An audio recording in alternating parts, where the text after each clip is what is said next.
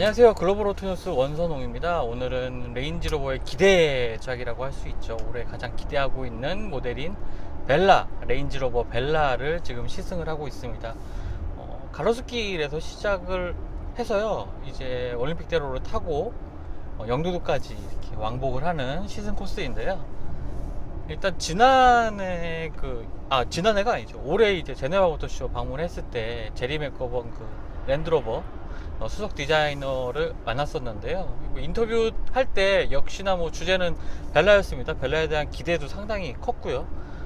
그랬던 만큼 디자인도 신경을 많이 쓰고 뭐 여러 가지 뭐 신기술도 많이 적용되고 플랫폼 쪽에 신경도 많이 쓰고 뭐 차량 무게를 줄이기 위한 뭐 여러 가지 신기술도 많이 적용이 됐는데요.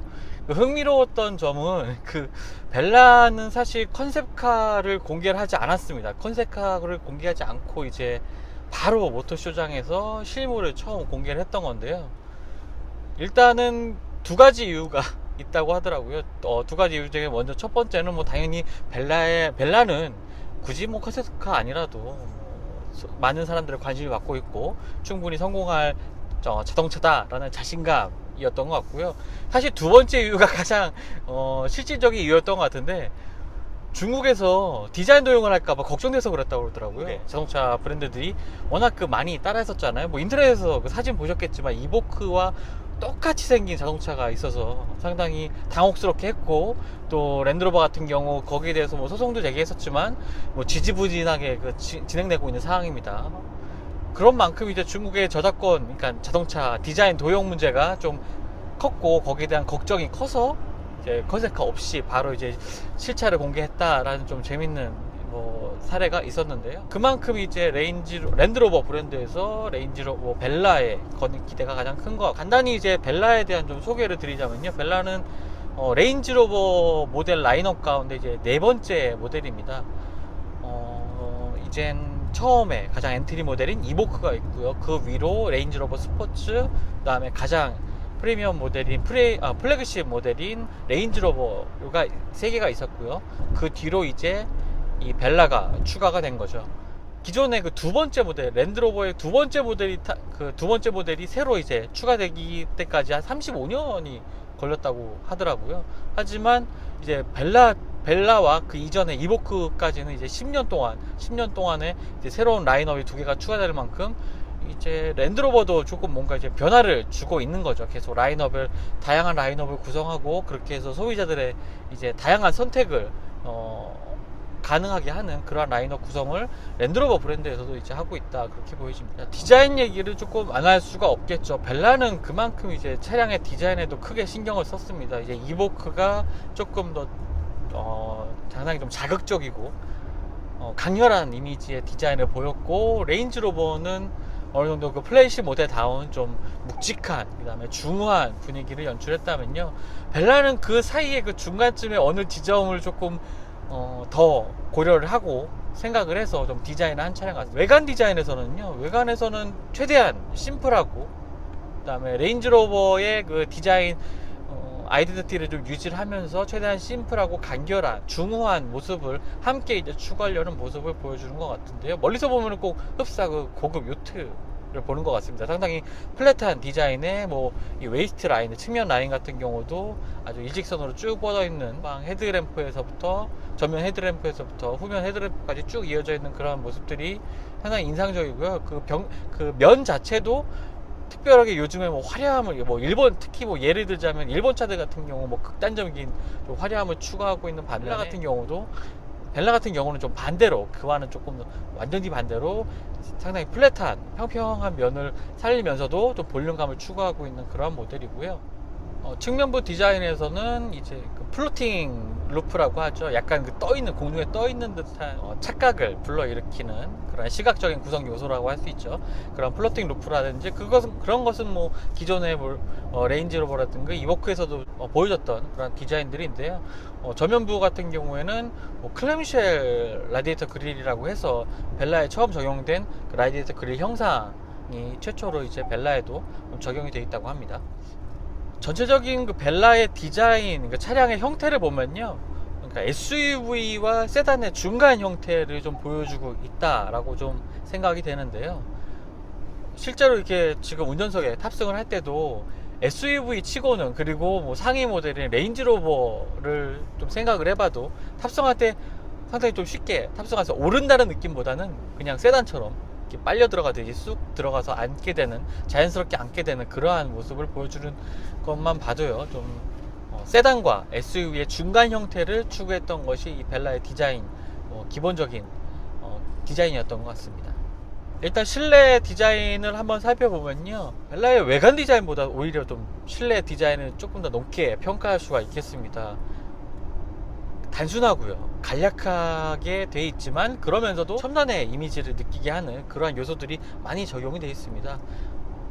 좀 일단 가장 먼저 눈에 들어오는 것은 이 스티어링 휠 좌우에 위치한 이 버튼들인데요. 이 버튼들은 사실 시동이 꺼져 있을 때는 이 글자들이 하나도 보이지가 않습니다. 하지만 시동을 켜게 되면 이제 이 하단에 이제 조명이 들어오게 되고, 그러면서 이제 글씨가 표시되게 되는데요.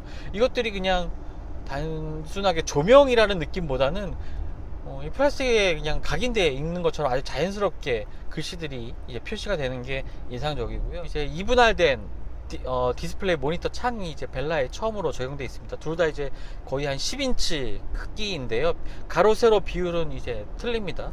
그리고 상단에 이 모니터 같은 경우는 이제 시동을 켜지 않았을 때는 완전히 이제 평평하게 이 대시보드와 평평하게 이제 들어가 있다가 30도 각도로 이제 올라서 이제 조금 더 시인성을 좋게 하는 디자인이고요. 디스플레이 모니터를 쓰면서 이제 버튼들이 상당히 좀 단축이 됐습니다. 그로 인해서 이제 실내 같은 경우 상당히 깔끔하고 단정한 모습을 보여주고 있는데요. 거기다가 이 주변에 지금 적용된 이 소재들이 지금 흔히 피아노 블랙이라고 불리는 그러한 유광의 그 블랙 색상의 패널들이 이제 적용이 되어 있는데, 사실 이 패널들이 좀 과거에 다른 차량 같은 경우는 지문이 많이 생기는 타입이었거든요. 그래서 오히려 조금 고급스러운 느낌을 주긴 하지만 손때가 워낙 많이 타서 좀 관리하기가 좀 지저분해 보인다는 단점이 있었는데, 벨라에 적용된 차량들은 물론 이렇게 자국이 남긴 합니다만 그래도 조금 소재가 지금 덜 지저분해지는 그런 소재로 조금 만들어져 있는 것 같고요. 디스플레이 창을 보면은 실내 온도라든지 시트 포지션 조절, 그 다음에 차량의 상태, 주행 모드 같은 것들이 나와 있는 그런 화면들을 볼 수가 있습니다. 정말 깔끔하게 되어 있고요. 흡사 아이폰을 만지는 듯한 기분이 들어요. 전체적인 단순히 메뉴를 선택하는 이 터치 방식의 이런 작동 방식뿐만 아니라 전체적인 요 손끝에서 느껴지는 이 라운드 처리된 이러한 모서리라든지 고급스럽게 처리된 이러한 부분들이 굉장히 정교하게 잘 만들어진 전자기기를 만지는 듯한 그러한 기분이 듭니다. 그래서 느껴지는 이 감각들이 정말 중요한 부분이라고 앞으로도 자동차 디자인에서 지금도 중요하게 생각되고 있지만 앞으로도 더 중요한 부분이라고 생각이 됩니다. 왜냐하면 이제 사람들이 그만큼 세련되고 부드럽고 손끝에서 느껴지는 감각, 워낙 이제 전자제품을 많이 만지다 보니까 소비자들 또한 이제 고급스러운 질감에 민감해지고 있는 그러한 추세거든요. 그런 부분에서 만족감을 상당히 높일 수 있는 그러한 구성이 아닌가 생각이 됩니다. 기능적인 부분도 물론 뛰어나고요. 운전했을 때 그 착자감 같은 경우는 상당히 지금 편안합니다. 지금 제가 탑승하고 모델은 D300, 300마력의 디젤 엔진이 장착된 그러한 차량인데요.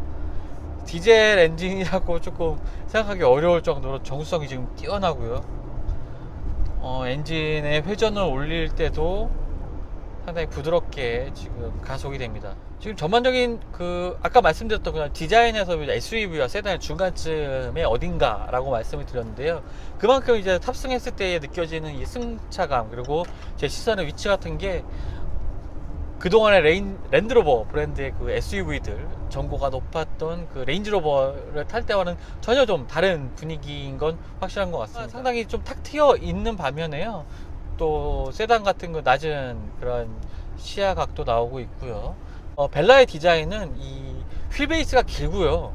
흔히 트렁크 보닛이라고 하죠. 보닛 부분의 길이가 상당히 깁니다. 언덕을 오를 때 같은 경우에 조금 시선이 가려지지 않을까라고 좀 생각이 될 만큼 이 보닛 부분의 길이가 상당히 길게 나와 있는데요.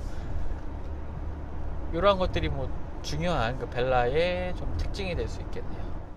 이번에는 벨라의 뒷좌석에 좀 앉아봤는데요. 잠깐 정차하고 뒷좌석을 한번 체크해 보기 위해 잠깐 멈췄습니다. 뒷좌석 공간은 상당히 여유가 있습니다. 뭐 무릎 공간도 여유가 있고요. 머리 윗 공간도 당연히 여유가 있습니다. 레인지로버와 이보크 사이에 위치하는 뭐 이렇게 사이 모델이라고 설명을 드렸는데, 하지만 실내 공간만큼은 뭐 어떤 브랜드의 프리미엄 플래그십 SUV보다 상당히 좀 넉넉한 실내 공간 가지고 있고요. 무릎 공간 또한 여유가 있고, 머리 공간, 뭐 어깨룸, 그 다음에 여러가지 뭐 3인이 충분히 성인 3인까지도 앉을 수 있을 만한 자리이긴 한데요. 뭐 안락하게 앉기 위해서는 뭐 2명이 좀 적당할 것 같습니다. 시트 사이에는 컵홀더가 위치를 해 있고요. 스키스루도 마련되어 있습니다. 저 뒤쪽에서 열 수 있는 것 같고요. 썬루프 같은 경우에 상당히 좀 크기가 큰 썬루프가 위치해 있습니다. 차단 가림막 같은 경우는 완전히 뒤까지 젖혀지고요. 조금 여유가 있긴 하지만 뒤쪽까지 완전히 젖혀지고요. 그리고 유리 글라스 자체 같은 경우에도 지금 거의 한 4분의 3 정도의 글라스가 이동을 합니다. 이동을 하는데 완전히 다 젖혀지는 건 아니고요. 이제 이 중에 3분의 1 정도가 열리게 돼서 상당히 개방감이 높은 그러한 실내 공간을 보여주고 있고요. 햇볕도 아주 잘 들어오는 이러한 환경입니다. 그렇기 때문에 뒷좌석에서도 좀 여유 있는, 그리고 개방감도 좋은 그러한 환경을 같이 운전자와 함께 누릴 수 있을 것 같습니다. 다시 한번 말씀드리지만 엔진의 정숙성이 정말 뛰어납니다. 그동안의 뭐 랜드로버는 뭐 디젤 라인업을 수년 전에 이제 새로 완전히 좀 개편을 했는데요. 그 이후부터 이제 그 정숙성이 상당히 좋아졌습니다. 인제니움 엔진들이 적용이 되면서 이제 뭐 엔진의 출력이라든지 다운사이징 뿐만 아니라 그 실내에서 느껴지는 뭐 진동, 소음 이런 것들이 확연하게 줄어들면서 굉장히 이제 고급스러운 느낌을 더해 주는데 아주 큰 역할을 하고 있는데요. 뭐 효율도 좋고요. 하지만 뭐 차량 무게가, 일단은 차량의 지금 벨라 같은 경우, 지금 제가 타고 있는 D300 모델 같은 경우에도 지금 2톤이 넘는 차량이긴 합니다. 2톤이 넘는 차량이다 보니까 조금 움직임이 좀 무겁지 않을까라는 좀 선입견이 있긴 했는데요. 지금 뭐 300마력의 D300 이 모델 같은 경우는 가속 페달에 무게를 실는 족족 지금 속도가 올라가고 있는 모습을 보이고 있고요. 차체를 알루미늄으로 만들었다는 것이 이 벨라의 큰 세일즈 포인트 중에 하나인데요. 잘 아시다시피 알루미늄 같은 경우는 경량의 소재입니다. 많은 차들이 이제 경량 소재로서 뭐 카본이나 뭐 알루미늄을 얘기하긴 하는데요. 당연히 뭐 철 소재보다는 그 가격이 비싸겠죠. 하지만 차량 경량화를 위해서는 조금 카본보다는 좀 저렴하고 철보다는 좀 비싸긴 하지만 많은 자동차 메이커들이 선호하고 있는 소재가 바로 알루미늄인데요. 이번에 이제 벨라 같은 경우는 6000 시리즈의 알루미늄 소재를 적용을 했다고 합니다. 뭐 새로운 소재인데요. 기존에 이제 랜드로버에서 사용되던 알루미늄 소재들과는 달리요. 그 두께가 1.5mm에서 1.1mm로 좀 두께를 좀 줄이는 소재라고 합니다. 물론 이제 강도는 동일하고요. 그만큼 이제 두께가 줄어든 만큼 무게가 줄어들 수가 있겠죠. 그런 것을 통해서 새로운 알루미늄 소재를 통해서 차량의 무게를 많이 줄였다고 하고요. 영등록 쪽으로 이제 가는 고속도로에 올라와 있는데요. 생각보다 스티어링 휠의 반응이 상당히 민첩합니다. 유격도 SUV 모델이라고 보기엔 좀 어려울 만큼 상당히 민첩한 모습을 보여주고 있고요. 유격도 거의 없습니다. 그래서 스티어링 반응에 차가 이렇게 아주 잘 움직이는 모습을 보여주고 있고요. 조금 와인딩 로드를 한번 좀 달려봤으면 하는 좀 바람이 있긴 한데, 시즌 코스가 일단은 고속도로로 맞춰져 있네요. 연비는 11.8km/L라고 합니다. 차량의 뭐 무게나 그 배기량, 그리고 뭐 마력 이런 걸 두루 봤을 때 상당히 납득할 만한 수준의 연비라고 좀 보여지고요. 벨라의 가격 같은 경우는 이제 9천만원 후반대부터 1억 2천 정도까지 이제 구성이 되어 있습니다. 국내는 가솔린 모델 하나, 그리고 디젤 모델 2개로 구성이 되어 있고요. 전체 라인업은 7종류로 구성이 돼서 선택을 할 수가 있는데요. 가격 부분에 있어서는, 그러니까 항상 그 수입 프리미엄 브랜드들의 그 신차들이 출시될 때, 이것은 뭐 당연히 뭐 국내 정책적인 부분이긴 하겠지만, 좀 저렴한 모델들 좀 들여와서 좀 판매하면은 그만큼 좀 좋지 않을까라고 생각을 하긴 하는데, 해외에서 같은 경우는 이제 D180 모델도 있습니다. 180마력의 디젤 엔진 모델도 있는데요. 그리고 더 해외 같은 경우는 선택의 폭이 더 다양하죠. 엔진 라인업도 이제 6가지가 된다고 하는데요. 그만큼 좀 다양한 라인업을 국내에서 좀 만날 수 있으면 좀 좋지 않았을까 하는 바람을 좀 매번 하긴 합니다. 벨라 같은 경우만 해당되는 건 아니고요. 이제 벨라 같은 경우는 아까 말씀드렸던 것처럼 이제 이보크와 레인지로버 스포츠의 중간에 위치하는 모델입니다. 사실 처음에 이제 벨라의 출시 소식을 접했을 때 레인지로버 스포츠와 조금 이렇게 그 판매 간섭이 일어나지 않을까, 벨라가 뭐 레인지로버 스포츠의 판매량을 가져오든가 아니면은 두 차종이 좀 이도저도 아닌 판매량을 갖지 않을까라고 조금 걱정을 하긴 했었는데요. 그 모터쇼에서 이제 담당자분들과 좀 얘기를 해보면서 어느 정도 이 랜드로버의 벨라에 대한 전략을 조금 얘기를 들어보니까, 뭐 벨라는 사실 최종적으로는 레인지로버 스포츠를 대체하게 될 모델로 이렇게 생각을 하고 있는 것 같습니다. 현재 그 가장 그 이보크, 그 다음에 레인지로버 스포츠, 그 다음에 레인지로버, 요 세 개의 레인지로버 차종 가운데 가장 판매량이 떨어지는 차종이 그 레인지로버 스포츠거든요. 레인지로버 스포츠 같은 경우는 2016년도에 한 6만 대 정도가 팔렸다고 하는데, 올해는 이제 한 5만 대가 안 팔릴 것으로, 5만 대 미만이 될 것으로 이제 판매량을 전망을 하고 있더라고요. 그만큼 이제 레인지로버 스포츠 같은 경우는 이보크와 레인지로버 사이에서 이제 판매량이 감소하고 있는 그러한 모델이기도 합니다. 앞으로 이제 레인지로버 스포츠를 대체할 모델로 이제 이 벨라를 랜드로버에서는 생각하고 있는 것 같고요. 그만큼 이제 더 벨라에 실리는 무게가 더 커질 거라는 좀 전망, 그렇게 커질 거라고 좀 전망을 할 수 있겠습니다. 벨라 같은 경우는 이제 이보크처럼 어느 정도의 오프로드 성능을 갖추고 있지만, 오프로드보다는 당연히 이제 도시명 SUV라는 것에 또 초점이 맞춰져 있는 그러한 모델인 것 같고요. 레인지로버와 이보크의 간극을 아주 훌륭하게 메울 수 있는 그러한 차량이라고 좀 보여집니다. 디자인 부분뿐만 아니라 이러한 실내 디지털적인 감각, 또 그런 것들이 아주 고급스러운 분위기가 잘 매치가 되어 있고요. 주행 성능 또한 300마력에 지금 타고 있는 D300 같은 주력 모델, 랜드로버 코리아가 이제 주력 모델이라고 말하고 있는 D300 같은 경우 300마력에 아주 조용하고 정숙성이 뛰어난, 거기다가 성능까지 뛰어난 디젤 엔진을 탑재한 이 모델을 지금 시승하고 있는데요. 주행 성능 또한 상당히 만족스럽습니다. 여러 가지로 잘 균형이 잡혀 있는 모델이라고 좀 생각이 됩니다.